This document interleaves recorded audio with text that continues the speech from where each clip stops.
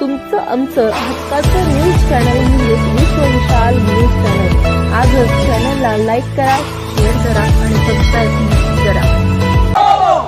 नमस्कार आणि स्वागत आहे आपल्या सर्वांचं विश्व विशाल न्यूजमध्ये. आता आपण आहोत धाराशिवमध्ये आणि धाराशिव येथे खासदार ओमराजे निंबाळकर यांच्या कार्यालयाच्या बाहेर मराठा समाजाचे तरुण बसलेले आहेत आणि नेमकी त्यांची भूमिका काय आहे, ते काय म्हणतात आपण त्यांच्याकडनं जाणून घेऊया.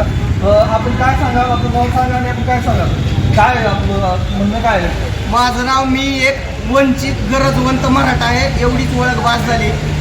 आज आम्ही या ठिकाणी आम्हाला ओबीसी मधून सरळ उघडपणे जोपर्यंत सर्वच जिल्ह्यातील खासदार आमदार पत्र देत नाही तोपर्यंत आम्ही त्यांच्या दारात आज बोंब मारो आंदोलन करणार आहोत. का तर सध्या पितृपंधरवडा आहे, त्याच्यामुळं मेलेल्या लोकांच्या नावानं बोंब मारायची असते. त्याच पद्धतीनं हे जर पत्र नाही दिलं तर हे आम्हाला मेले, आम्ही यांना मेलो.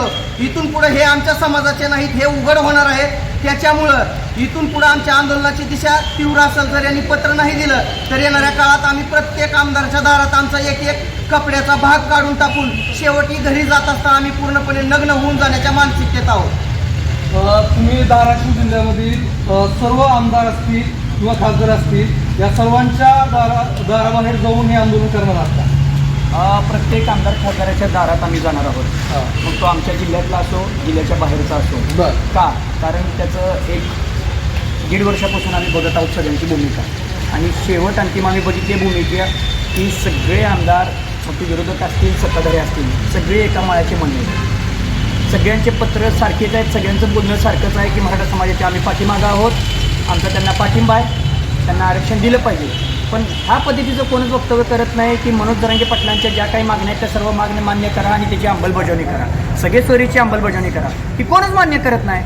मग ह्यांना सुट्टी कशामुळे द्यायची? हे म्हणतात की आम्ही विरोधात आहेत. अरे पण तुम्ही लोकसभेला तुम्ही मनोज जरांगे फॅक्टरीवर आलात ना निवडून. तुम्ही लोकसभेच्या अगोदर तुम्हाला दादांना तुम्हाला 100 वेळेस भेटावं वाटलं. लोकसभेनंतर कुठे गेलो तुम्ही? का तुम्ही आजपर्यंत भेट घेतली नाही? 7वा दिवस आहे, आमचा संघर्ष योद्धा महाराजा मरण्याच्या पायरीवर आहे, तरी तुमच्यातला एक माणूस जात नाही. मग तुम्हाला तुमचं राजकारण जर तुम्हाला एवढं प्रिय असेल तर आम्हाला आमचा समाज, आमचा मनोज दादा, आमचा संघर्ष योद्धा आम्हाला प्रिय आहे. आणि ह्यांच्या दारात आमच्या सहकाऱ्यांनी सांगितल्याप्रमाणे की प्रत्येक 5 मिनिटाला 10 मिनिटाला आम्ही एक कपडा काढून टाकू आणि घरी जाताना चड्डी काढून नागडं जरी जावं म्हणलं तर आम्ही त्याला पुढे मागं बघणार नाही. हे तुम्हाला पुढच्या काही वेळात, काही मिनिटात, तुम्हाला काही तासात तुम्हाला दिसेल. कारण आमचा संयम संपलाय. फक्त जरांगे पाटलांनी आम्हाला सांगितलं की शांत राहावा, संयमी राहावा, कोणत्याही प्रकारचा हिंसा आपल्याला करायचं नाही, आपल्याला शांततेत हा लढा करायचा आहे. फक्त त्या संघर्ष योद्ध्याच्या त्या भूमिकेमुळे, त्या नेतृत्वामध्ये आम्ही काम करत असल्यामुळे आम्ही शांततेची संयम आहे. पण इथून पुढे कुणाला सुट्टी देणार नाही. बरोबर. आपण काय सांगाल, आपण पत्राची वाट पाहताय, नेमकं त्या पत्रामध्ये काय उल्लेख असावा असं आपलं म्हणणं आहे? जय शिवराय. आज दादाला उपोषणाला बसून 7वा दिवस आहे. बरोबर. आज दादांची अवस्था पाहत नाही. कमीत कमी जे विरोधी जे हे आहेत, आमदार खासदार आहेत, त्यांनी तरी पत्र द्यावं. आम्ही त्यासाठी मागणीसाठी आज इथं बसलोय. त्यांनी एवढंच पत्र द्यावं की मराठ्यांना जे दादाच्या मागण्या आहेत की ओबीसीतनं आरक्षण द्यावं, तेच पत्र फक्त दादा ह्या आमदारांनी किंवा खासदारांनी द्यावं, अशी आमची कळकळून विनंती आहे. हे जर झालं नाही तर आम्ही दर अर्ध्या तासाला आमच्या अंगावरचा एक कपडा उतरला जाईल आणि त्यानंतर जे परिणाम होतील ते विरोधी पक्ष आणि सरकार दोघालाही भोगावं लागते. काय सांगाल तुम्ही? गेली 7 दिवस झालं दादा आमरण उपोषणाला बसलेले आहेत. कुठल्याही आमदार खासदाराचं, कुठल्याही राजकीय पक्षाच्या नेत्याचं दादाकडे लक्ष नाही. काही दिवस राहिलेले आहेत शिल्लक, जे आचारसंहिता लागायला शिल्लक दिवस राहिलेले आहेत, त्यांना अशीच वेळ मारून न्यायची.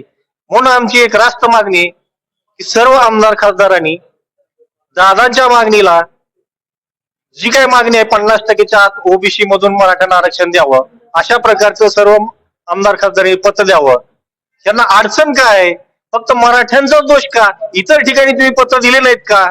त्याच प्रकारे आम्हाला कुणबी आणि मराठा एकच आहे. 50%च्या आतमध्ये ते ओबीसी मधून आरक्षण द्यावं, अशा प्रकारची सर्व आमदार खासदारांनी पत्र आम्हाला द्यावी आणि दादांना जाहीर पाठिंबा द्यावा. तर आता आपण मराठा समाजाचे जे आहेत कार्यकर्ते, आंदोलनकर्ते, त्यांच्याशी संवाद साधला.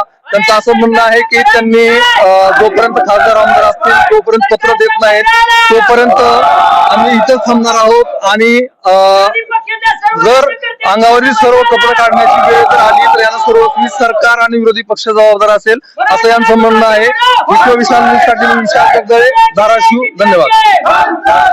तुमचं आमचं हक्काचं न्यूज चॅनल म्हणजे विश्व विशाल न्यूज चॅनल. आजच चॅनलला लाईक करा, शेअर करा आणि सबस्क्राईब